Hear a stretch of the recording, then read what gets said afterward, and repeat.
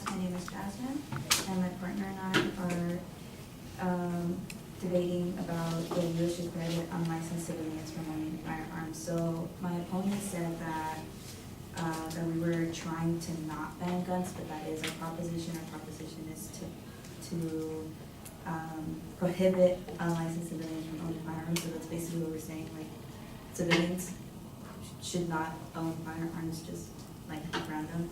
I think we are trying to say is that police and military should be the only ones owning firearms.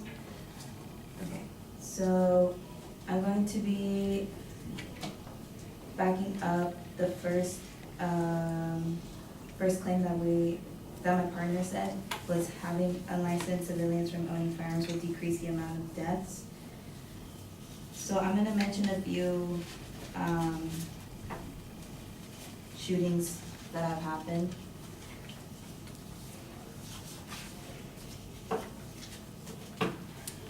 So June 12, 2016, the Orlando nightclub shooting. A gunman gunned down 49 people at the gay nightclub in Orlando, Florida.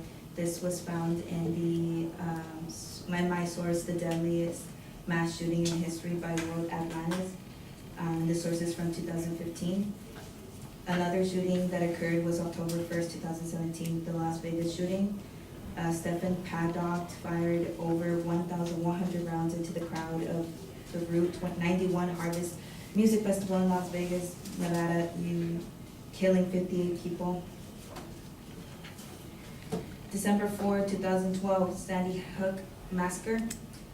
A gunman in Newtown, Connecticut, USA, opened fire and killed 27 people, of which 20 of these victims were children aged between 5 and 10 years of age at the Sandy Hook Elementary School. February 13, 2018, Parkland shooting in Douglas High School, 17 people were killed and another 14 were wounded. All of these were from civilians who probably were going through some mental issues or just were not, like we said, unlicensed civilians. And our second one, which is gun control laws, will reduce the cost of gun violence. So in a quote that I found from Gun Violence American Public Health Association, there are more than 3,000 gun deaths in the U.S. every year and approximately 85 non-fatal injuries.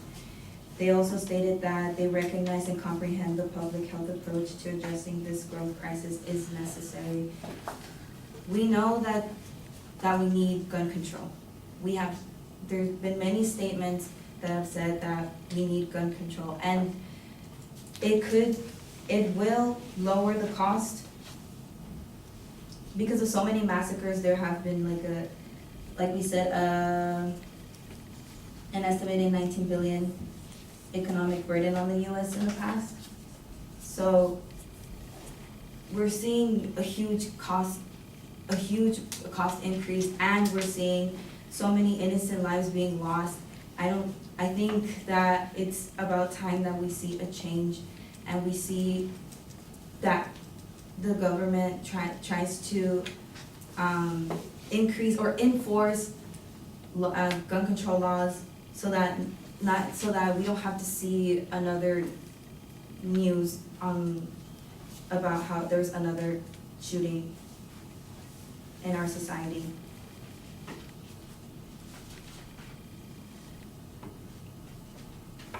And lastly, the more gun control laws are needed to protect women from abusers and stalkers.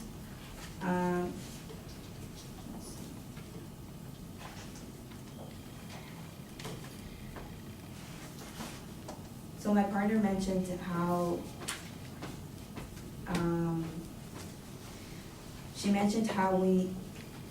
gun control laws are needed to protect women from domestic violence and abusers and stalkers.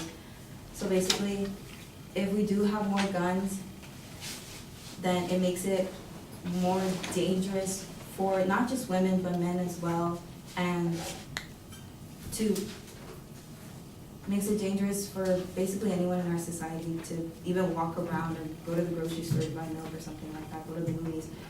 You know, it makes it a lot difficult to feel safe. Guns don't make us feel safe. Guns aren't the only method to protect ourselves. We have other methods as well, like tasers, pepper spray, stuff like that. Little things like that that can protect us, that don't necessarily need a gun, that you don't necessarily need something deadlier than a gun. Having a gun is sometimes people feel, like, people who own guns sometimes feel afraid of having their own gun around them.